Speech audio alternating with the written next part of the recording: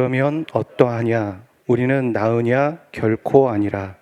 유대인이나 헬라인이나 다 죄 아래 있다고 우리가 이미 선언하였느니라.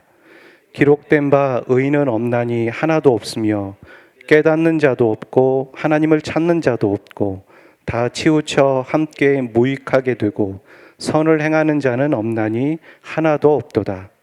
그들의 목구멍은 열린 무덤이요 그 혀로는 속임을 일삼으며 그 입술에는 독사의 독이 있고 그 입에는 저주와 악독이 가득하고 그 발은 피 흘리는데 빠른지라. 파멸과 고생이 그 길에 있어 평강의 길을 알지 못하였고 그들의 눈앞에 하나님을 두려워함이 없느니라 함과 같으니라. 우리가 알거니와 무릇 율법이 말하는 바는 율법 아래 있는 자들에게 말하는 것이니 이는 모든 입을 막고 온 세상으로 하나님의 심판 아래 있게 하려 함이라. 그러므로 율법의 행위로 그의 앞에 의롭다 하심을 얻을 육체가 없나니 율법으로는 죄를 깨달음이니라. 아멘. 우리는 보통 이 몸이 아플 때 병원을 가고 또 병원에 가서 의사를 만나곤 합니다. 아프지도 않는데 의사를 공적으로 만나는 사람들은 없겠죠. 병원에 가면 의사는 우리의 이야기를 듣고 또 우리의 증상들을 좀 살펴보면서 또 검사도 하고 어떤 종합적인 것들을 다 판단해서 진단을 내리게 됩니다. 이 진단을 내리는 이유가 있죠. 의사가 진단하는 목적은 환자를 고쳐주기 위해서 그렇습니다. 이 의사에 대한 이야기는 오늘 얘기만 아니라 성경 안에도 있습니다. 마태복음 9장 11절부터 12절에 보면 이런 이야기가 있습니다. 예수님이 활동하던 당시에는 사람들이 생각하기에 천하고 꺼리는 사람들이 부류가 있었습니다. 그 사람들이 대표적으로 세리와 죄인들입니다. 그런데 예수님은 그들과 친구가 되어주셨고 그들과 함께 식사를 하신 거죠. 유대인의 문화에서 밥을 먹는다는 것은 원수와 밥 먹지 않고 내가 너와 형제이고 너와 생명을 나눈다는 그런 의미로 밥을 먹는 것이니까 말을 다 한 것이죠. 그것을 본 바리새인들은 칭찬하지는 못할 망정 오히려 비난했습니다. 왜 그런 사람들이랑 밥을 먹냐는 것이죠. 그랬을 때 예수님이 하신 말이 바로 이것입니다. 12절을 함께 같이 읽어보도록 하죠. 시작. 예수께서 들으시고 이르시되 건강한 자에게는 의원이 쓸데없고 병든 자에게라야 쓸데있느니라. 그러니까 예수님이 하신 말은 의사가 아픈 자를 고쳐주듯 죄인을 구원하시기 위해 내가 그들에게 다가간다. 그렇게 비유로 말씀하고 계신 거죠. 오늘 본문이 좀 깁니다. 다른 본문보다 길게 잡았는데 하지만 전체적인 핵심의 내용은 하나입니다. 그건 뭐냐면 인간은 다 죄인이라는 것이죠. 그리고 죄인인 인간은 다 똑같다라는 것입니다. 우리가 돋긴 객긴 그렇게 말하지 않습니까? 우리는 사람들을 남자와 여자로 구분하기도 하고 혹은 사회적인 위치로 구분하기도 하고 혹은 어떤 때는 인종별로 구분하기도 합니다. 물론 하나님도 그 차이를 알고 계십니다. 하지만 영적으로 보았을 때 인간은 다 똑같고 인간은 다 죄인이다라는 얘기를 하는 것이죠. 우리는 지난 시간에 인간이 모두가 죄인인 이유에 대해서 얘기를 드렸습니다. 우리가 사회적인 죄나 혹은 도덕적인 죄를 얘기하는 것이 아니라 하나님은 그 근본적인 얘기를 하고 계신데 마음에 하나님 두기를 싫어하는 마음이 있기 때문에 모든 죄가 거기서 파생되어져 졌다라는 것이죠. 그래서 인간이 죄인이라는 이야기입니다. 근데 질문이 생기는 겁니다. 우리가 처음 로마서를 시작할 때 로마서의 주제가 무엇인지에 대해서 제가 여러분에게 소개해 드렸습니다. 로마서의 주제는 구원에 대한 책입니다. 구원에 대한 얘기를 하고 있는 것이죠. 근데 이 구원에 대한 얘기를 하고 있는데 서론 부분에 갑자기 죄인이다라는 얘기가 나오고 있다는 거죠. 그것도 좀 많은 부분을 할애해서 말이죠. 왜 구원에 대한 얘기를 해야 되는데 죄인이 먼저 나오는가? 그 부분에 대한 질문이 생긴다는 것이죠. 앞에서 말씀드린 것처럼 의사가 환자를 진단하고 또 치료하기를 원하든 하나님은 지금 피조물인 인간을 진단하고 계신 겁니다. 뭐 MRI도 하고 CT도 하고 증상도 보고 피검사도 하고 다 해봤더니만 그 진단의 결과가 무엇이냐면 인간은 죄인이라는 것이죠. 그 얘기를 하고 있는 겁니다. 의사가 진단을 하는 이유가 환자를 고쳐주기 위함인 것처럼 하나님이 진단하는 이유는 우리를 고쳐주기 위해서입니다. 우리가 사람들이요 많이 문제를 지적하곤 합니다. 너 이게 잘못됐어. 그 비판하기도 하고 또 그 문제를 들추기에 급급하죠. 사람들은 그것들을 들추기는 잘하지만 너 그럼 해결책이 있어? 라고 얘기할 때 해결책이 없습니다. 해결책이 없지만 사람들을 비난하고 문제를 지적하는 건 좋아합니다. 하지만 하나님은 그런 분이 아니십니다. 하나님은 진단하고 지적하는 이유가 있습니다. 고쳐주기 위해서입니다. 그런데 고쳐주기 원하는데 이런 거죠. 잘 생각해 보면 누구는 죄인이고 누구는 죄인이 아니라고 말하는 게 아니라 그냥 싸그리 모두가 죄인이라고 말하는 거예요. 그런 말에 우리는 왠지 모르게 반감이 생기는 거예요. 불편합니다. 그런 분들 계시죠? 왠지 불편합니다. 모두가 죄인이야 라고 얘기하면 뭔가 일방적인 것 같고 독단적인 것 같고 하나님 왜 저렇게까지 해야만 하셨을까? 그리고 우리 주위에 보면 그래 나는 그래도 저 사람은 법 없이 살 수도 있는 사람 아닐까? 근데 저 사람들까지 죄인이라고 말하는 거에 의문점이 생기곤 합니다. 그 질문에 대해서 또 모두가 죄인이라는 얘기에 대해서 좀 생각해 보려고 하는 거예요. 오늘 말씀에 대해서는. 모두가 죄인이라는 말이 누구에겐 불편한 말일 수 있지만 생각해 보면 결론을 말씀드리면 참 감사한 일이라는 것이죠. 왜냐? 만약에 말이죠. 하나님이 우리를 구원하는 기준이 사람에게 있다고 생각해 보십시오.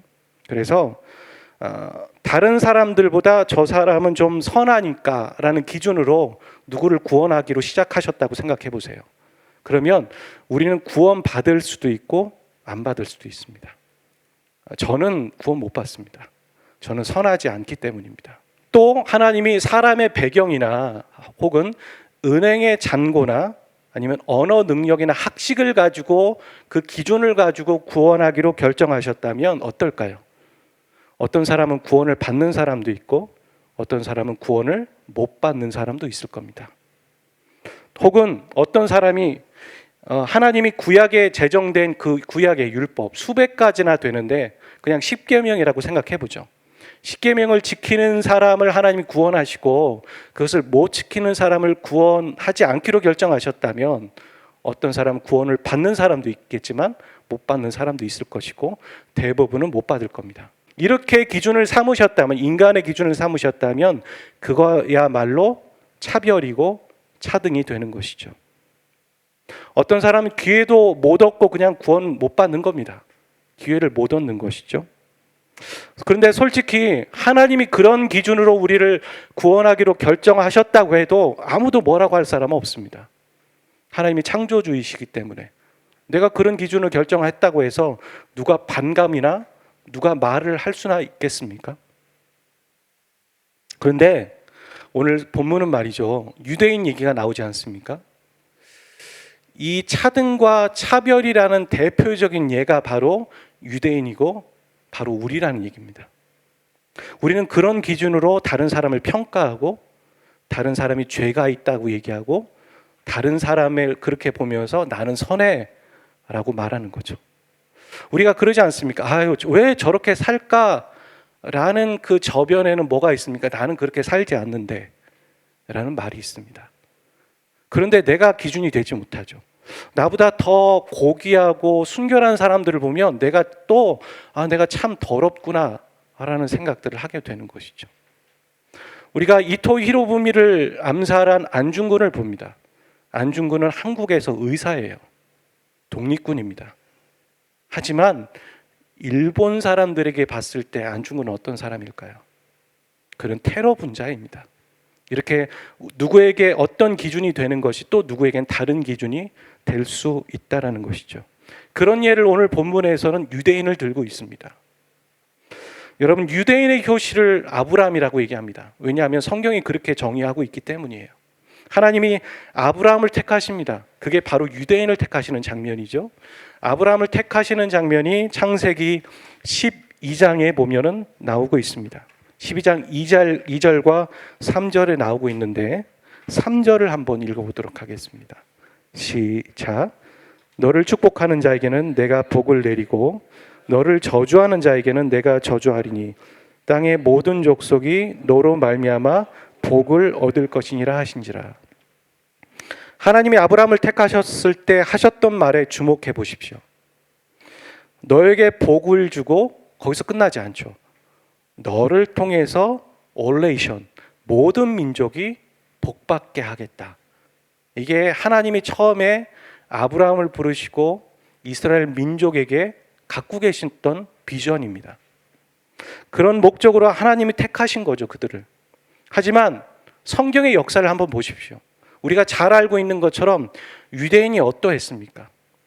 유대인들은요, 하나님이 자신들을 택했다라는 이 선민 사상에 빠졌습니다. 우월 사상에 빠졌습니다. 그러면서 그 다음 했던 반응이 뭐였냐면 이방인들은 먼지와 같고 죽어야 마땅할 사람들이라고 생각했습니다. 하나님의 의도와 정반대로 살았다라는 것이죠. 성경의 그 얘기들을 보면, 문헌들을 보면 어땠냐면 이방인과 유대인들, 예수님 당시에도 성전 안에서 예배 드릴 때 유대인으로 돌아왔던 이방인들도 있었던 것이죠. 많지는 않았지만 있었습니다. 그리고 그 이방인들이 예배 드릴 때 유대인과 구분했어요. 그러니까 유대인이 예배 드리는 장소가 따로 있었고 한 성전 안에서 이방인이 예배 드리는 장소가 있었으며 여자가 예배 드리는 장소가 있었습니다. 그리고 이방인이 예배 드리는 장소에서 나왔을 때 유대인의 장소의 뜰로 넘어갈 때 팻말이 하나 있었습니다. 이방인들 너 여기 넘어오면 뒤진다. 그렇게 써 있었습니다. 그게 바로 한 성전에서 이루어져야 될 모습일까요? 하나님이 유대인을 택하셨던 목적은, 원래의 목적은 이방인까지 구원하는 목적이었습니다. 그들이 통로가 되는 거였습니다. 하지만 그러지 못했다라는 것이죠. 이게 바로 인간이 갖고 있는 상대적인 기준입니다. 하나님께 택함을 받았지만 그들이 오해하고 죄의 본성을 갖고 있는 인간의 모습이라는 것이죠.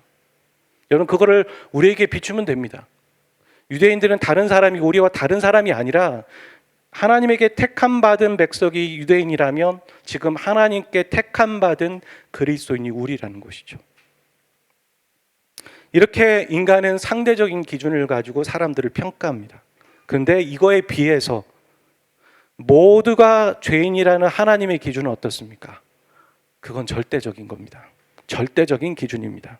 그리고 죄인이기 때문에 인간은 구원받을 만한 자격과 능력이 우리 안에 없습니다.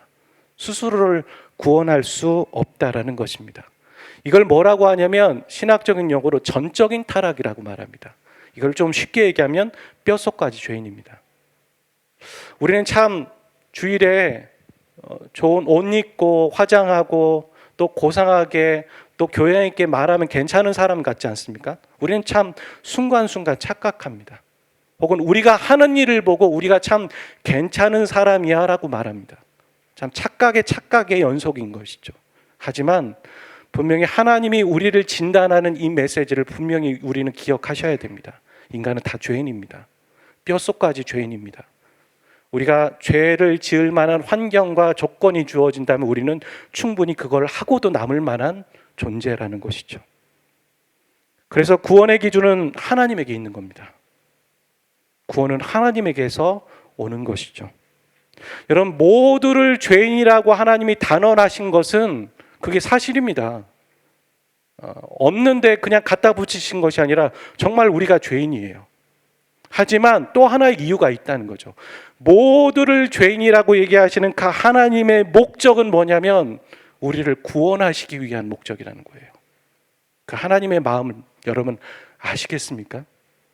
요한복음 3장 16절 17절은 그렇게 말합니다. 하나님이 세상을 이처럼 사랑하셨다고. 그렇게 16절만 말하면 사람들이 오해한다는 걸 하나님을 알고 계셨습니다. 혹시 하나님이 우리를 심판하러 오신 거 아니에요? 많은 분들에게, 초신자들에게 혹은 그 처음 예수 그리스도를 믿는 분들에게 권합니다. 믿음으로 교회 공동체에 한번 오시죠 라고 하면 그분들이 하는 말은 저 술 끊고 가겠습니다, 담배 끊고 가겠습니다 라고 말합니다. 그분들의 마음의 은연 중에 깔려 있는 게 뭡니까? 하나님은 심판하시는 분이라는 거예요. 하나님은 거룩하셔서 그런 거, 내가 그렇게 하고 있는 모습 못 보신다라는 거죠. 아닙니다. 사람들은 지금도 오해합니다. 하나님은 심판하러 오지 않으셨습니다. 초림 예수님은 심판하러 오지 않으셨습니다. 그분은 우리를 구원하기 위해 오셨습니다. 17절 같이 읽어보죠. 시작. 하나님이 그 아들을 세상에 보내신 것은 세상을 심판하려 하심이 아니요 그로 말미암아 세상이 구원을 받게 하려 하심이라. 의사가 환자를 진단하는 이유가 치료하기 원하는 것이든 영적인 의사 되신 하나님 우리를 진단하시는 이유가 우리를 구원하기 원하시기 때문입니다. 에레미야 29장 11절도 이렇게 말하죠. 같이 읽어보겠습니다. 시작. 여호와의 말씀이니라. 너희를 향한 나의 생각을 내가 아나니 평안이요 재앙이 아니니라. 너희에게 미래와 희망을 주는 것이니라. 하나님이 오늘 저와 여러분을 향한 계획은 바로 희망이고 용서이고 용납입니다. 믿으시면 아멘 해주시길 바랍니다. 이렇게 말씀이 증거하고 있지만 구원받은 우리도 말이죠, 우리가 죄성을 갖고 있잖아요. 그러니까 부단하게 우리는 두 가지의 싸움을 갖고 있습니다. 그 첫 번째 특징은 오해하는 것이고 두 번째 특징은 숨는 겁니다. 이게 아담과 하와가 죄를 짓는 과정에서, 그리고 죄를 지은 이후에 가졌던 행동입니다. 창세기에 나오죠. 사단이 아담과 하와에게 찾아가 너 하나님처럼 되는 거야, 그거 선악과 먹으면 하면서 아담과 하와를 오해시켰고 이간질을 만들었습니다. 그때부터 인간은 하나님이 자기가 하나님처럼 되는 게 싫어서 우리에게 이걸 먹지 말라고 했구나 하면서 오해하기 시작했고, 죄인인 죄성을 가진 인간은 부단하게 지금도 오해합니다. 우리가 평탄할 때 하나님을 믿고 사랑의 하나님이라고 말하잖아요. 하지만 우리가 어려움이 찾아올 때, 그 어려움이 작은 건 괜찮습니다. 하지만 그게 강도가 커지고 이해 모를 어려움이 있을 때 남녀막론하고 우리는 하나님을 오해하기 시작합니다. 하나님 왜 이러세요? 하나님 도대체 나에게 내가 뭘 잘못했다고 하나님 나에게 이런 시련을 주십니까? 라고 말하면서 그 전에 말씀을 가지고 하나님을 이해했다면 환경과 상황을 판단해서 하나님을 이해하기 시작하는 것이죠. 그렇게 오해합니다. 어떤 때는 어떤 본문을 보고 하나님이 자기 마음대로 하려고 우리를 이렇게 한 거 아니야? 라고 하면서 오해하기 시작합니다. 이 오해를 뛰어넘을 수 있는 방법은 하나밖에 없습니다. 정신을 차려야지, 이런 걸로 안 됩니다. 바로 하나님의 말씀을 알아가는 것밖에 없습니다. 우리는 부단하게 그냥 놔두면 죄성을 가지고 하나님을 오해하며 멀리 살아갈 사람들입니다. 그렇기 때문에 매일매일 하나님의 말씀을 가까이 하는 것이죠. 어떤 분이 그런 말씀을 했습니다. 하나님의 말씀을 읽고 하나님의 말씀에 가까이 하는 것은 영적인 샤워를 하는 것이다. 오늘 우리가 샤워하지 않습니까? 씻죠. 하지만 내일 더러워졌는데 안 씻지 않습니다. 내일 더러워지면 또 씻는 겁니다. 우리는 매일매일 샤워를 하는 것처럼 매일매일 하나님의 말씀 앞에서 우리가 기준되었던 것들을 분별하고 또 우리가 잘못된 부분들을 조율하며 이게 아니지, 내가 하나님을 오해하고 있었구나, 성경에 나오는 하나님은 이런 상황 가운데도 함께하고 계셨구나 라는 걸 믿는 것이죠. 요셉이 그렇지 않습니까? 우리가 묵상했던 것처럼 정말 극단적인 상황, 가족에게 버림을 받고 배신을 당한 상황 가운데도 하나님은 그와 함께하고 계셨습니다. 오늘 우리의 상황이 요셉보다 힘들까요? 성경은 극단적인 얘기를 우리에게 얘기하고 있습니다. 이 극단적인 예를 통해 요셉도 그랬다면 우리에게도 하나님은 함께하고 계시구나 라는 걸 알라는 것이죠. 오해하는 것과 함께 아담과 하와가 가졌던 것은 숨는 거였습니다. 죄를 짓고 그들은 하나님의 낯을 피하여 숨었다는 것이죠. 아담아 어디 있느냐, 하와야 어디 있느냐 할 때 그제서야 나왔습니다. 가리면서 나왔습니다. 오늘 죄를 짓는 죄성을 가진 우리는요, 죄를 지으면 숨습니다. 아무도 만나고 싶지 않습니다. 교회에 나오고 싶지 않습니다. 사람들을 만나고 싶지 않습니다. 동굴에 들어가려고 합니다. 혼자 있고 싶습니다. 저도 그렇더라고요. 죄를 지었을 때 극동방송에서 찬양이 나오잖아요. 라디오를 끕니다. 듣고 싶지 않은 거예요. 낯을 피하고 싶은 것이죠. 그거에 우리가 할 수 있는 방법은 하나밖에 없습니다. 그건 회개입니다. 우리가 이걸 다 안다면 뭐합니까? 알고 있으면 뭐합니까? 그렇게 행동하지 않는데요. 사람이 원래 하나님의 낯을 피하는구나, 죄성을 갖고 있구나, 그렇게 알면 뭐하냐는 거예요. 오늘 우리는 참 많이 말씀을 소비하고 그걸 지식으로만 담고만 있지 그렇게 살아가지 않으려고 합니다. 그래서 오늘날의 교회와 그리스도인의 모습이 그런 거 아닐까, 우리의 모습이 그런 건 아닐까 생각하는 것이죠. 안다면, 그걸 안 만큼이 아니더라도 10%라도 살아간다면 그것이 바로 그리스도인의 모습이겠죠. 하나님은 우리에게 똑같은 기준을 우리에게 제시하셨습니다. 그것이 어찌 보면 죄인된 우리의 모습에서는 오해할 수 있죠. 왜 그렇게까지 똑같은 기준을 두십니까? 저 사람도 구원해야 되는데 왜 저 사람을 죄인이라고 말합니까? 라고 오해할 수 있습니다. 하지만 처음부터 끝까지 우리의 오해일 뿐입니다. 하나님이 우리를 모두 죄인이라고 말한 것은 하나님이 우리를 구원하시기 원하는 하나님의 마음과 심정이 있기 때문에 나오는 행동이었고 결정이었습니다. 사랑하는 저와 여러분, 일주일의 삶을 어떻게 사셨습니까? 매일매일 여기 와서 또 기도하면서 일주일을 하나님 없이 살았습니다라고 회개하는 것 이젠 그만했으면 좋겠습니다. 그냥 다르게 했으면 좋겠습니다.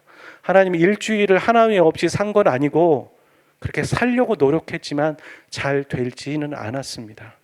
뭔가 발전이 있었으면 좋겠고 변화가 있었으면 좋겠습니다. 하나님 앞에 하나님을 오해하지 말고 매일매일 영적인 샤워를 하며 하나님의 말씀을 가까이 하십시오.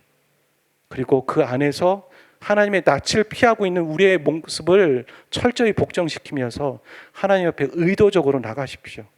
빛 가운데 나가십시오. 오늘 여러분의 일주의 삶이 어땠는지 모르겠지만 이 영상으로든 이곳에서든 예배 드리시는 예배자 모두를 주님의 이름 축복합니다. 그렇게 하시는 겁니다. 그렇게 하시고 입을 열어서 회개하시는 겁니다. 사람은 참 자기를 변호하기를 좋아합니다. 가족이 누가 친한 사람이 있든 먼저는 변명하기 일수이고요, 또 자기를 변호하기 일수입니다. 그래서 우리가 어떤 때는 하나님 앞에 정직하게 회개해야 된다는 말을 할 때도 솔직히 우리가 하나님 앞에 회개하는지 모르겠습니다. 안 하는 것 같습니다. 일일이 세세하게 그때그때마다 회개 안 합니다. 그냥 뭉뚱그려서 아차 싶을 때, 내 삶에 위기가 왔을 때 잘못했습니다. 뭉뚱그려서 회개할지는 모르겠지만 우리가 정말 디테일하게 하나님 앞에서 매일매일 이거 잘못했습니다. 저 친구에게 제가 막말했네요. 이런 말 하지 않습니다. 오늘 우리가 하나님 앞에서 인격적인 만남을 가지고 회개하는 습관을 가졌으면 좋겠습니다. 그렇게 할 때 아마 여러분의 낯이 바뀌실 거라고 저는 생각합니다. 사랑하는 저와 여러분, 우리를 잘 알았으면 좋겠습니다. 하나님이 얘기하시는 정의, 인간은 다 죄인이라는 말의 의도를 알았으면 좋겠고, 그 의도 안에 있는 하나님의 깊은 마음과 심정을 알았으면 좋겠고, 또 오해하지 않고 숨지 않고 빛 가운데 드러나는 우리의 한 주의 삶 되시기를 주의 이름으로 축복드립니다. 우리 같이 기도하도록 하겠습니다. 오늘 우리가 하나님 앞에 오해하는 건 무엇입니까? 보통은 환경 때문에 하나님을 오해하고 하나님 왜 이러시냐고 원망합니다. 저도 그래 본 적 있습니다. 근데 제가 어떤 책을 읽었는데요, 그 책에서 그런 얘기를 하더라고요. 신앙이란 무엇인가? 그 책의 정의는 무엇이었냐면, 하늘이 두 쪽 나더라도, 부모가 배신하고 가족이 배신하고 친한 사람이 나를 떠난다 할지라도 말이죠, 그래도 하나님은 절대로 나를 떠나지 않고 나를 향한 하나님의 계획은 항상 선하다, 그것을 믿는다라는 거죠. 그것이 신앙이라고 그 책에서 말했습니다. 제가 그 얘기를 듣는데 이게 진짜야, 이게 맞구나. 내가 감정적으로 요동한다 할지라도 그냥 의지적으로 그래 그게 맞아 라고 그냥 믿어버려야겠다 라고 생각하며 저는 그 이후부터 그렇게 다짐했고 그렇게 결정했습니다. 하늘이 두 쪽 나도, 가족이 떠나도, 사람들이 나를 배신해도 하나님이 나를 향한 계획은 항상 선하십니다. 변하지 않으십니다. 그것이 바로 성경 곳곳에 나와 있습니다. 사랑하는 여러분, 무엇을 믿고 계십니까? 하나님의 그 언저리 것들을 믿고 계십니까? 그냥 하나님을 믿으십시오. 하나님의 그 어떤 영광을 누리길 원하십니까? 아니요, 그냥 하나님을 믿으십시오. 하나님의 배경을 믿지 말고 그냥 하나님 그분을 믿으십시오. 그런 저와 여러분 되셨으면 좋겠습니다. 내 삶 가운데 요동하고 있는 거, 불안해하고 있는 거, 걱정하고 있는 거, 그 모든 것 다 회개하고 내려놓고 믿음으로 살겠습니다. 하나님으로만 살겠습니다. 그런 고백, 기도하기를 소원합니다. 같이 기도하겠습니다. 아버지, 우리를 구원해 주셔서 감사합니다. 그 하나님이 모두가 죄인이라는 말이 얼마나 깊은 말이며, 하나님 우리를 향한 배려의 마음이며, 그것이 하나님 우리를 구원하시기 위한 하나님의 뜻이라는 것을 우리가 배우고 알아갑니다. 하나님, 우리가 여전히 죄 구원받았지만, 죄에서 자유하지만 오해하고 우리의 낯을 피하여, 하나님의 낯을 피하여 숨고 있는 우리의 모습을 회개하고 고백합니다. 그것이 우리의 모습입니다.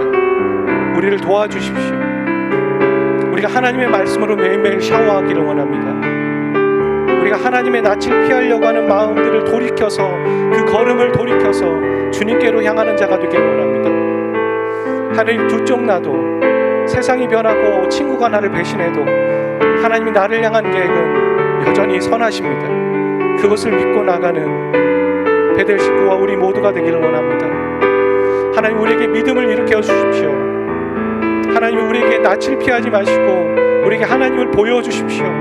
하나님의 하나님 되심을 우리에게 보여주셔서 우리가 부인하지 않고 결코 뒤로 물러서지 않고 번복하지 않고 하나님을 절대적으로 믿는 우리의 신앙이 우리 가운데 있을 수 있도록 은혜 허락하여 주십시오. 도와주십시오.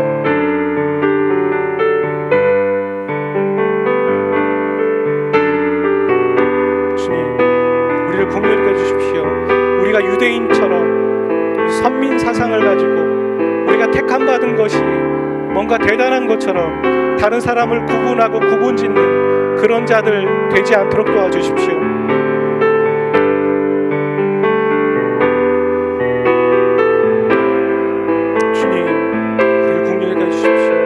하나님, 그래서 우리 성령님께서 이들에게 그것들을 가르쳐 주십시오. 우리가 구분짓고 있었던 것들, 우리가 정죄하고 하나님 죄라고 얘기하고 있었던 것들에 나는 아니라고 말하고 있었던 것들, 하나님 그것들을 우리를 생각나게 하여 주시고 알려주십시오. 네, 한 번만 더 기도할 때 중보 기도하도록 하겠습니다. 코로나 때문에 어려움을 겪고 있는 많은 소상공인들, 또 우리 주위에도 있습니다. 환자들과 또 의료진들, 그리고 정부의 관료들, 또 우리가 지금 여기 거론하지 않은 우리 이웃들이 있을 거라고 저는 생각합니다. 제가 어제 밤에 신방 차원에서 잠깐 밤늦게 다녀왔는데, 밤늦게 젊은 사람들이 참 마스크를 안 끼고 다니는 모습들을 보며 많이 놀랐습니다. 우리에게 공동체 의식을 갖게 해주시고 시민들이 서로가 서로를 지켜갈 수 있는 마음들을 갖게 해주시도록 또 기도하겠습니다. 교회가 자성하고 각성하며 변하기를 원하는 마음들도 있지만 그대로 있기를 원하는 모습들도 있습니다. 한국교회를 올려드리면서 함께 기도하기를 또한 원합니다. 같이 기도하겠습니다. 아버지 하나님, 코로나 때문에 어려워하는 수많은 소상공인들과 그들이 폐업을 하고 또 소중한 생명을 끊으려고 하는 소망 없이 살아가는 영혼들이 있습니다. 하나님, 그 영혼들을 기억하여 주십시오. 하나님, 그 영혼들을 구원하여 주시고 그 영혼들에게 찾아가 주시고 말씀하여 주십시오. 하나님, 그 결정을 하지 않도록 붙잡아 주십시오. 하나님, 의료진들을 기억하여 주십시오. 하나님, 정부의 관료와 하나님 그 일선에서 휴일을 반납하고 일하고 있는 수많은 사람들을 좀 기억하여 주십시오. 난 그렇게 고생하는 사람들도 있지만 하나님 안일하고 나태하며 나는 괜찮아 라고 얘기하는 사람들도 있습니다. 하나님 그 사람들을 깨우쳐 주시고 그들에게 부드러운 마음을 허락하여 주시며 하나님 공동체 의식을 가질 수 있도록 인도하여 주십시오. 하나님 아직 베델의 식구들 가운데 가족들 가운데 예수 그리스도를 믿지 않는 가족들을 기억하시고 그들을 구원하여 주십시오. 그들에게 하나님 찾아가 주시고 만나 주십시오. 오해와 숨는 것의 그 시작들 가운데 하나님 그것들을 멈출 수 있는 하나님의 은혜와 하나님의 인도하심을 경험하게 도와주십시오.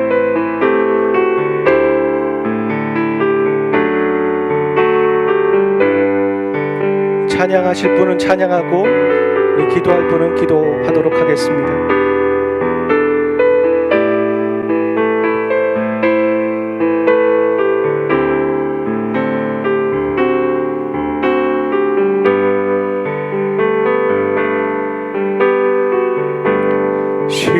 십자가 그 사랑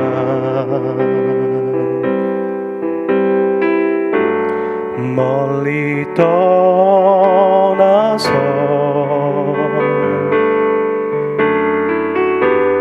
무너진 나의 삶 속에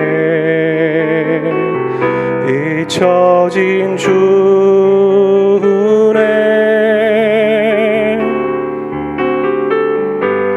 돌 같은 내 마음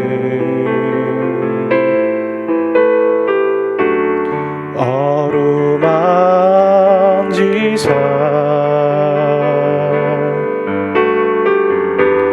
다시 일으켜 세우신 주를 사랑합니다.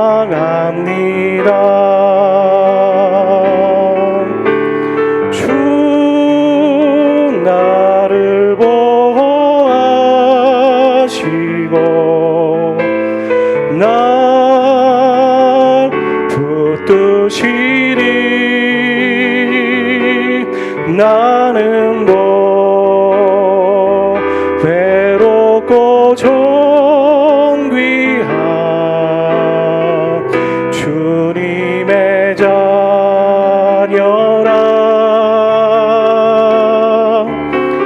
주 너를 보호하시고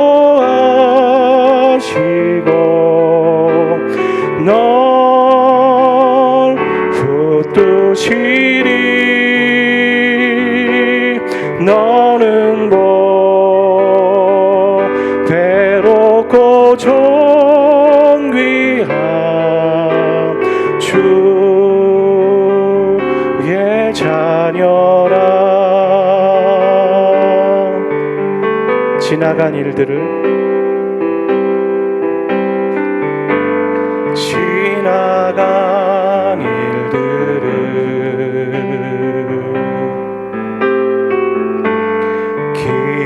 기억하지 않고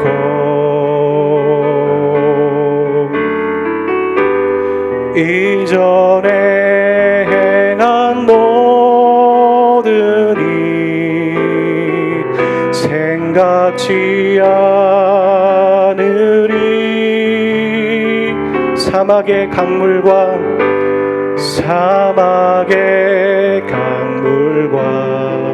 길을 내시는 주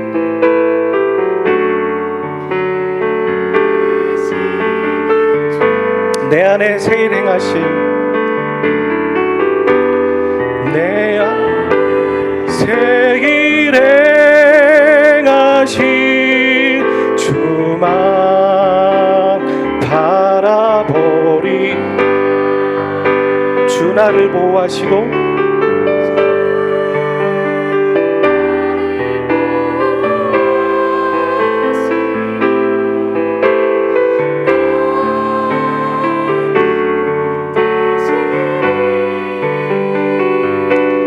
나는 뭐 괴롭고 존귀한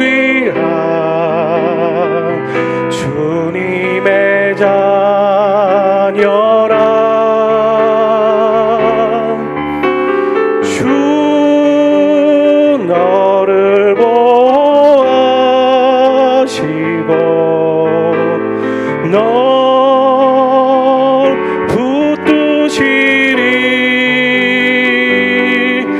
너는 뭐 괴롭고 존귀한 주의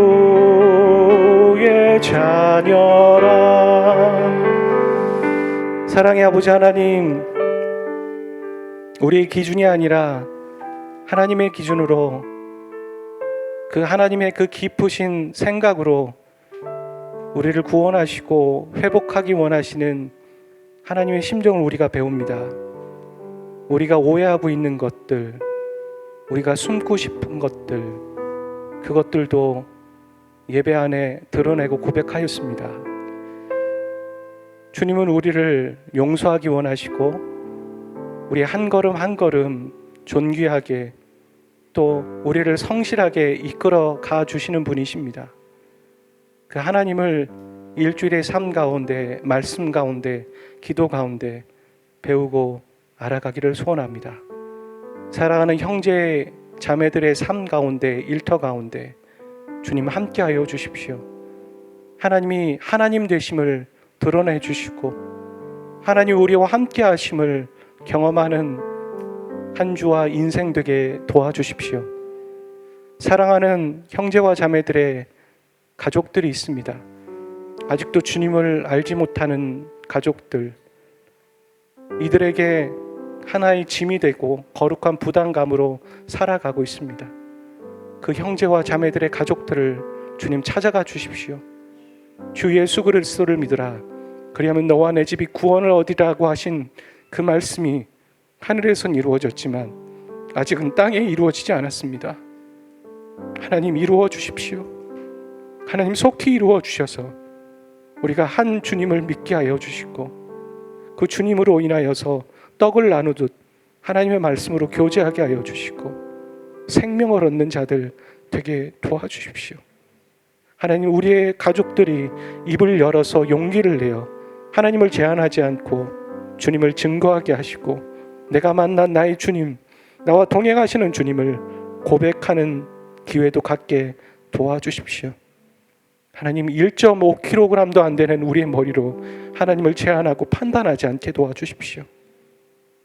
하나님을 우리가 하나님이라는 바다에 우리가 담그고 그 빠지며 그 안에서 우리가 누리는 자들 되기를 소원합니다. 자라가는 어린 심령도 기억하여 주십시오. 자라가고 있습니다. 우리의 신앙의 미래가 되고 다음에 바통을 이어받을 자들입니다. 우리가 소홀히 하지 않게 하시고 그 영혼들을 하나님 지켜 주시옵소서.